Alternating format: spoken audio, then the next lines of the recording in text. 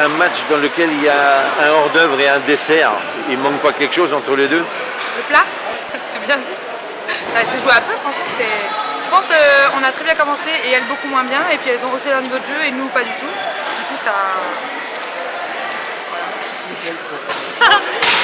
Sur un match comme ça, on a eu une entrée, un dessert et on a eu du suspense, on a eu des émotions et ça c'est chouette. Et gagner contre Venelle chez nous, c'est super important pour la suite, ça nous met sur la bonne lancée. Voilà. Ce soir, au menu, on a eu le hors-d'œuvre et le dessert. Et entre les deux, alors c'est pas ma spécialité de cuisiner les desserts, l'hors-d'œuvre ça va, je sais faire. Le plat de consistance, on va demander au marmiton ce qui s'est passé. Non, on s'est mis en difficulté, ouais, vraiment. On avait le contrôle du match et on a laissé filer certaines choses par fébrilité, par absence de discipline, aussi sur des organisations qu'on avait décidées. Mais au final, on a gagné. Je veux dire, on est à 4 victoires en 9 journées. Faut pas faire la fine bouche. Venelle, même diminué, nous aussi on a des filles qui étaient blessées ou qui reviennent de blessures. Venelle était demi-finaliste l'année dernière, faut pas l'oublier.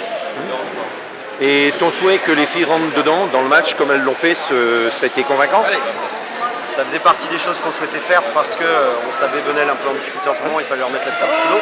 Le problème c'est qu'on n'a pas été capable de maintenir ça pour aller chercher une victoire qui aurait pu être en 3 manches sèches. Bon, on est toujours en apprentissage, on reste, on reste une équipe qui n'est pas stable pour l'instant. Merci Manu. Mais qu'est-ce que tu penses du public quimpérois? On n'a pas trop l'habitude de ça ici en France. Et c'est trop bien. Pour nous, c'est un peu compliqué aussi. On n'entend pas trop l'entraîneur qui nous parle, tout ça. Mais c'est un point fort pour Quimper.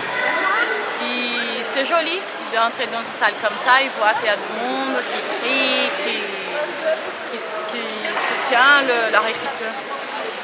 Merci beaucoup. Merci à vous.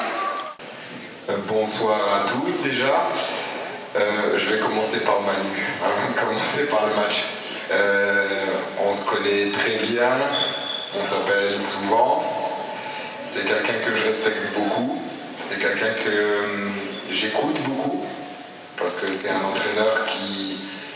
pour moi, quand on prépare un match, on voit des choses et c'est un entraîneur dont j'aime la manière de voir le volleyball et sur lequel je retrouve beaucoup de points communs. Voilà. Donc après, quand je pense que avec des techniciens on parle le même langage, forcément il y a une complicité, on ne peut pas être tout le temps d'accord, mais on partage quand même beaucoup d'idées, on partage... On a eu des fois des contacts aussi pour travailler ensemble, ça s'est jamais fait, mais on sait jamais. Et puis voilà, après c'est quelqu'un qui a quand même fait beaucoup de choses dans le volleyball, qui a une carrière très intéressante avec un passage sur des clubs qui ont fait de la Coupe d'Europe, où il a monté des clubs jusqu'à la Coupe d'Europe, et ça c'est pas donné à tout le monde, et j'apprécie beaucoup. Le match en question, compliqué, vraiment compliqué, parce que je pense que après le premier set, finalement on n'était pas bien rentré. J'avais lu encore l'article de Manus où il avait demandé à ses filles de rentrer dedans, et je pense que le premier set finalement elles rentrent très bien dedans, et nous on est un peu timorés, on est un petit peu ailleurs. Il y a des erreurs tactiques, il y a des erreurs techniques qui sont finalement, en fait on est en mode diesel quoi, tout simplement. Derrière, ce que je vois, c'est que 2 sets qui se jouent sur 2 points, 26-24, 25-23, sur des money time où on est derrière. Ce qui est intéressant, c'est qu'on a une certaine force de caractère à ce moment-là, force de caractère qui s'essouffle au fur et à mesure du match. Je vais pas vous mentir, on a une période bien compliquée en ce moment, avec des pépins physiques à tout point de vue, et forcément le match qui dure comme ça, c'était pas notre avantage. Voilà. Donc on s'essouffle sur la fin. Un brin de réussite aussi, où je pense qu'il y a 2-3 échanges qui sont bien disputés et qui tournent pas en notre faveur sur des petits détails, sur des petits des petits coups de vieux hasard aussi, un petit peu vraiment de la réussite qui fait basculer, mais bon, la réussite ça se provoque. À voir. Et puis le money time où on prend l'eau, parce que là je pense qu'encore une fois, je remets ça sur... c'est de la lucidité.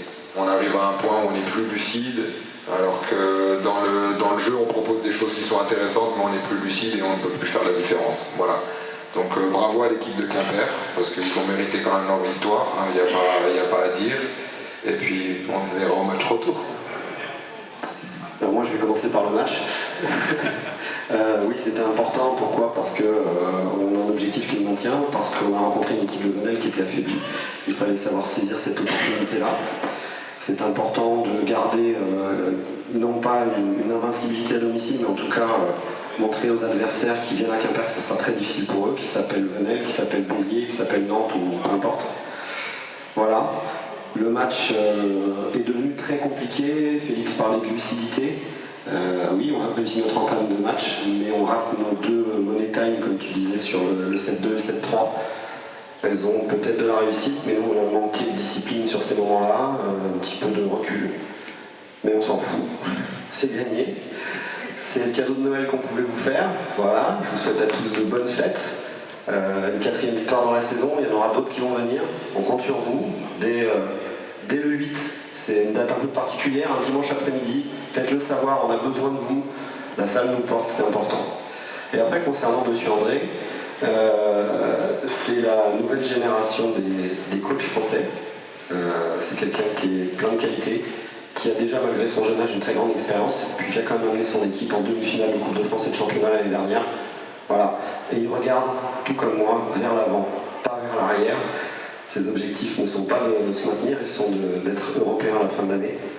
Nous, on est novices à ce niveau-là, on essaie de se maintenir, mais rien ne nous empêche de rêver à mieux si les filles continuent à progresser, à bosser et à faire des belles rencontres comme ça. Voilà, j'espère que vous avez apprécié. En tout cas, malgré la fatigue nerveuse, moi aussi j'ai apprécié ce match-là. Et puis encore merci pour votre soutien et bonne fête à tous.